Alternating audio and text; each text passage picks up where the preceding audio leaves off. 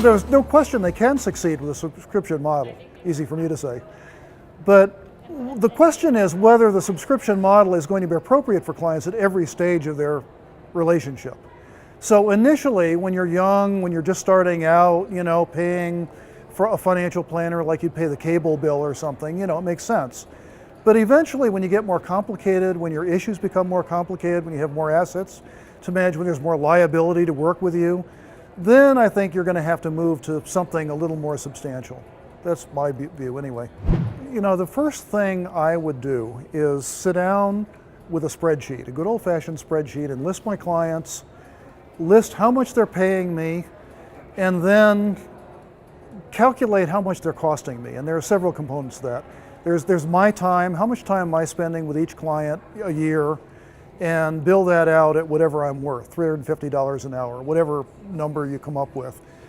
And then you add in how many hours are my associates spending with them, and bill them out at $200 an hour, or whatever that amount would be, whatever would be fair. And then I'll allocate to each client a proportionate share of your total overhead. So you've got 3 columns of expenses, you've got 1 column of revenues, add up the expenses, subtract that from the revenues, and what you discover is you have several obscenely profitable clients.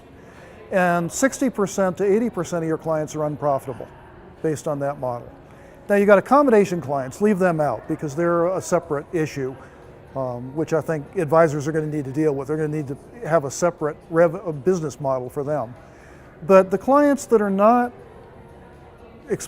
profitable yet, you sit down with them and you say, here are all the services we're offering.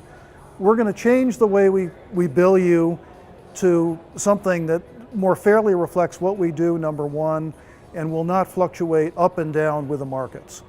And I think most people prefer that. I think most people would say that's fine.